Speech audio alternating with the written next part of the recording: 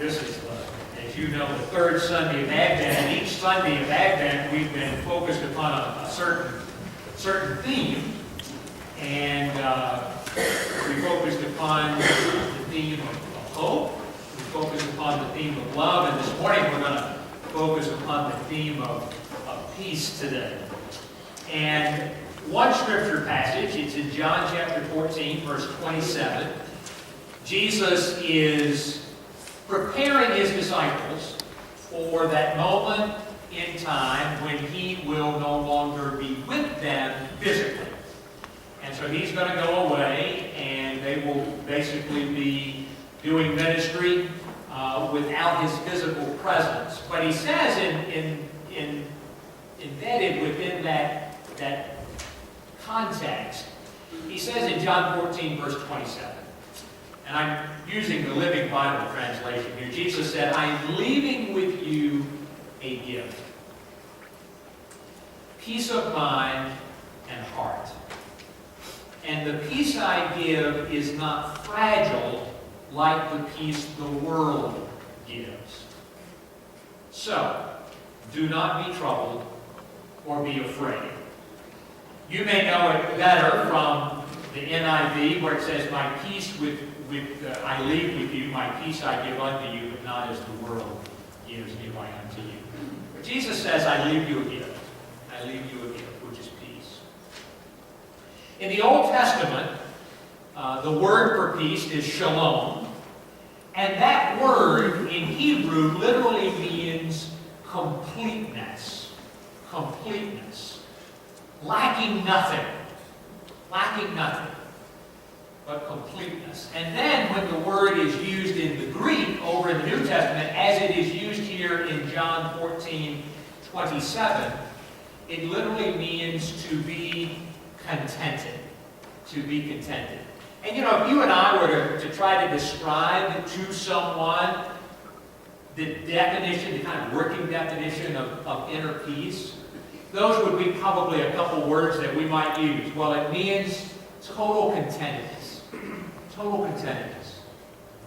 Or complete satisfaction. Completeness.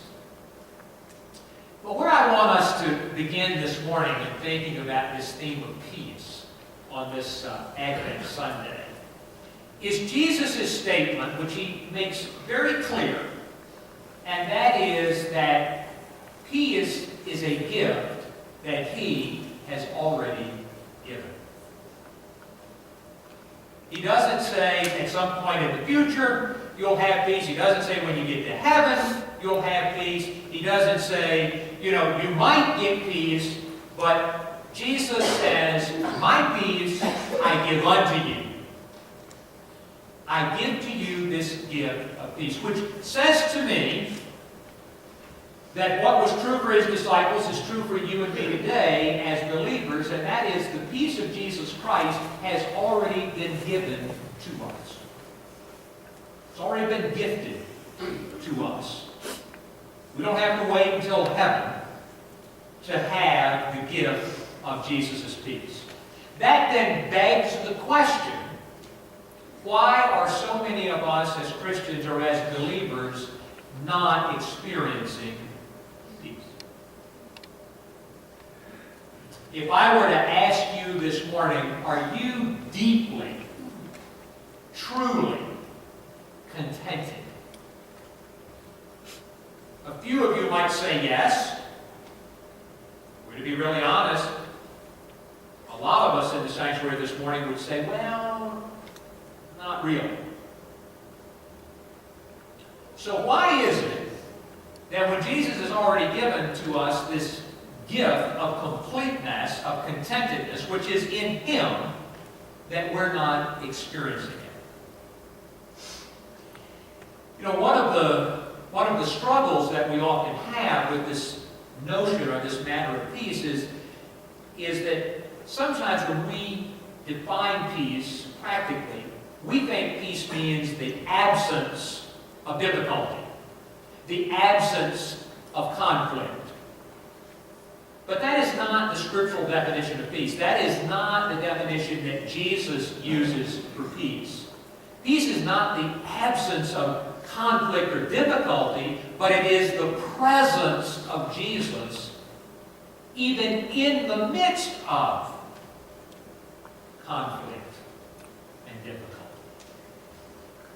But yet, many times, you and I do not really, truly experience this gift that has already been given.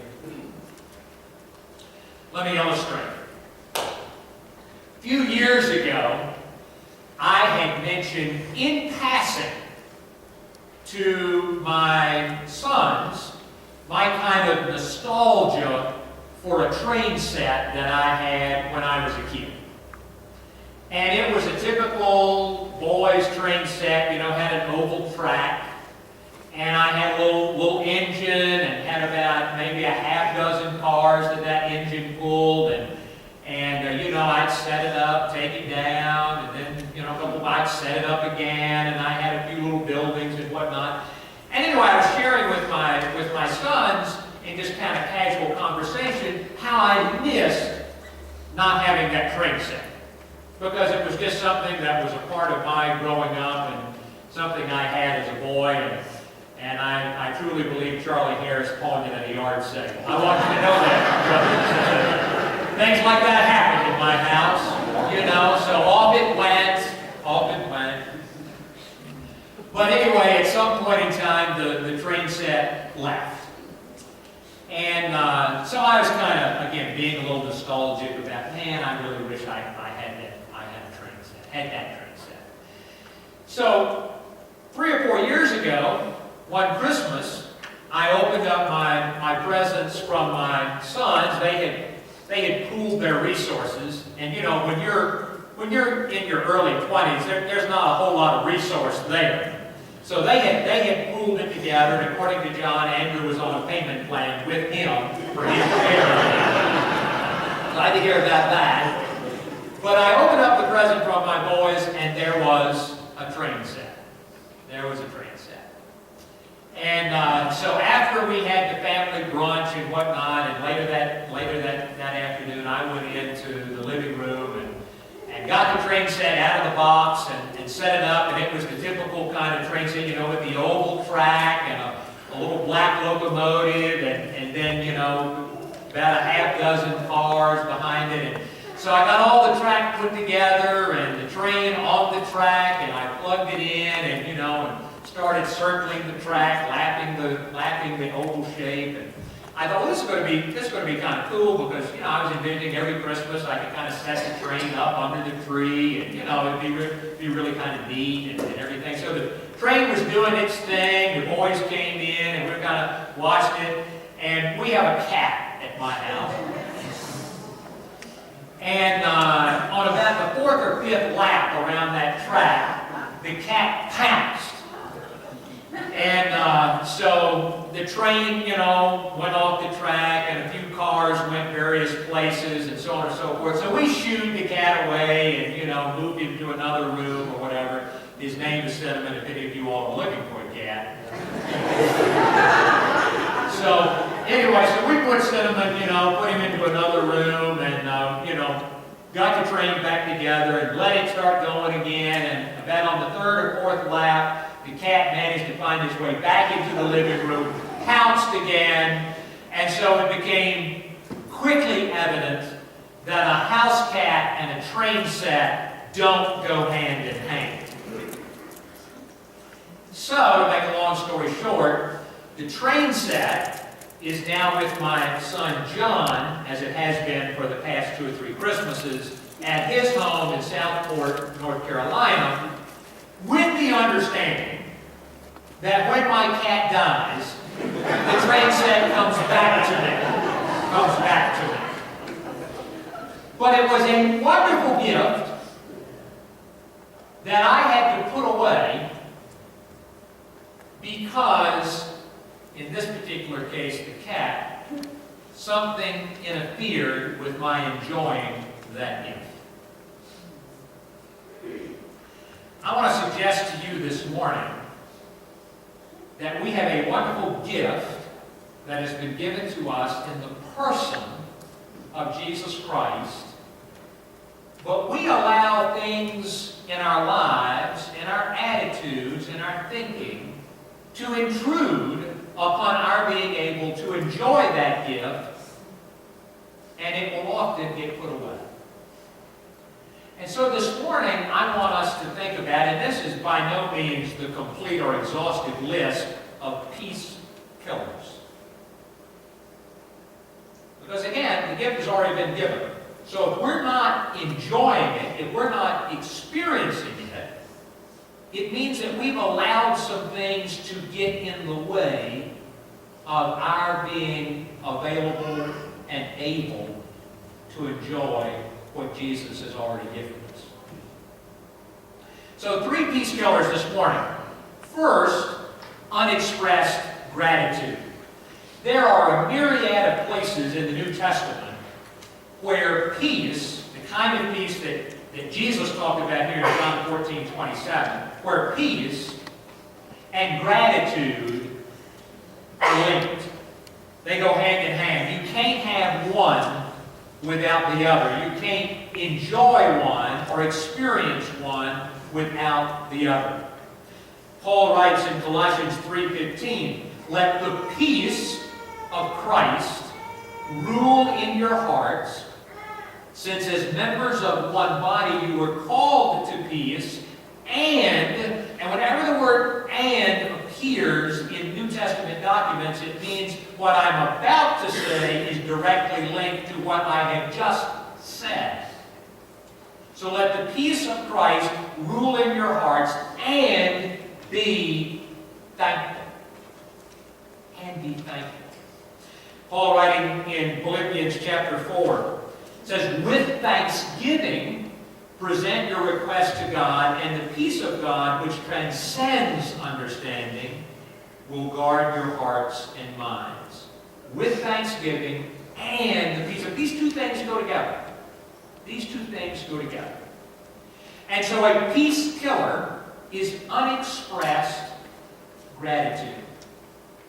It's when you and I are not living thanksgiving. I heard a speaker one time talk about how critical this attitude was to having just a contented spirit. And so he said, in order to cultivate expressed thanksgiving in his life, expressed gratitude in his life, he did a very simple exercise.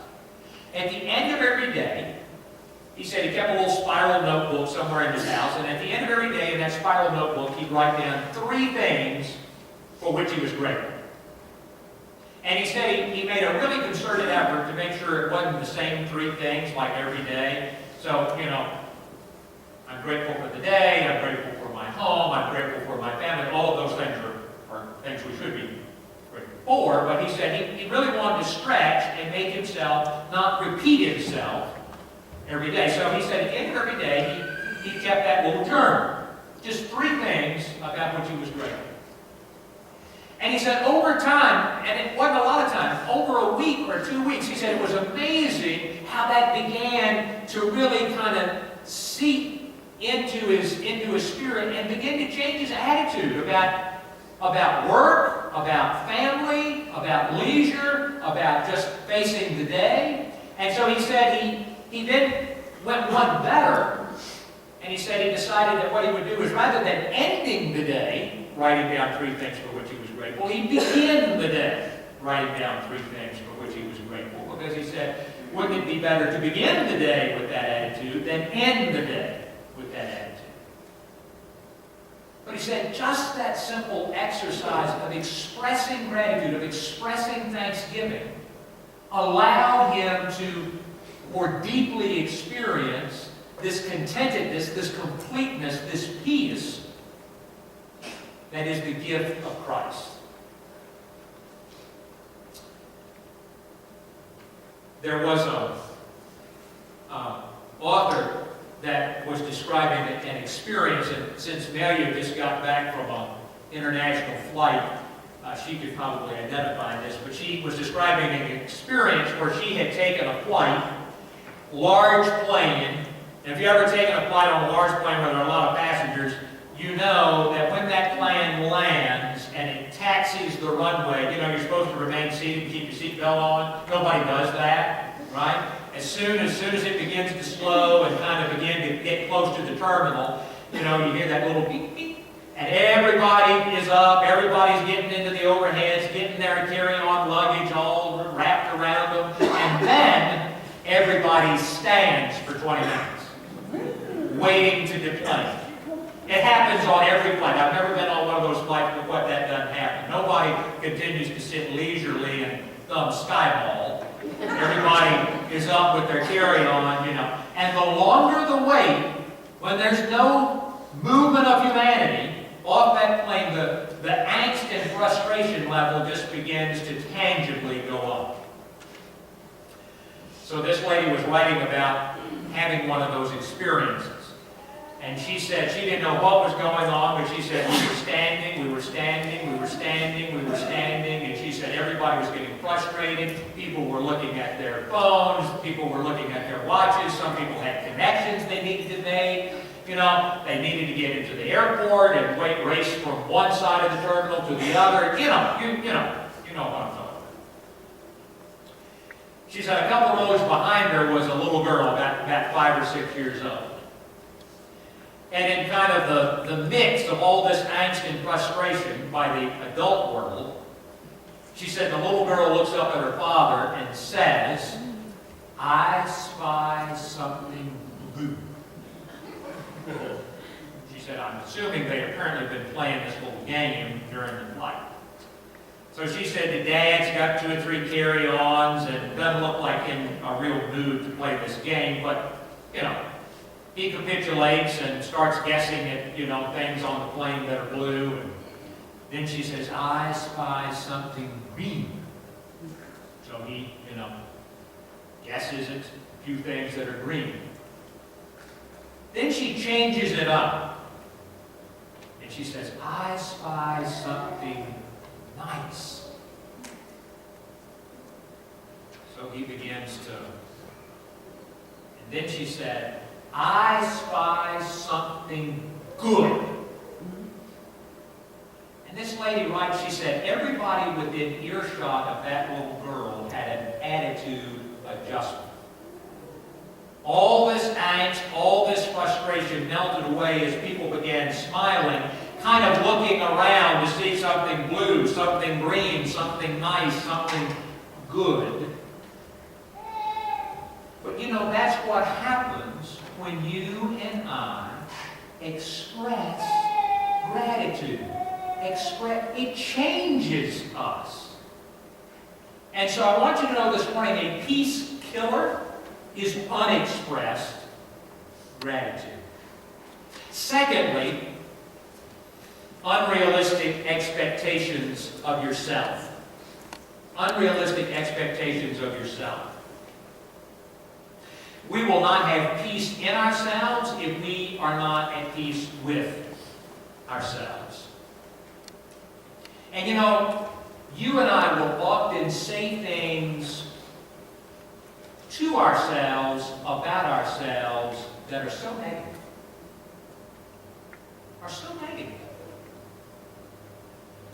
We'll critique ourselves heavily. We'll be, again, negative. And we feed all of that into our spirit. And you know what? That can kill peace. If you want to kill contentedness and a sense of completeness, start telling yourself those kind of messages. And you'll do a pretty good job of eradicating any sense of peace. This gift that Jesus has given to you and to me. The psalmist in Psalm 139 verse 14 says about God, to God, he says, "I praise you because I am fearfully and wonderfully made." Think of what a difference it would make if we would say that kind of thing to ourselves about ourselves. You know, thank you, God, I am fearfully and wonderfully made. I heard a speaker one time that said, for those that have an addiction to sending themselves negative messages about themselves. He said, why don't you do this as a matter of practice? Reverse the golden rule. Reverse the golden rule. Why don't you say to yourself, I'm going to love myself as much as I love my neighbor.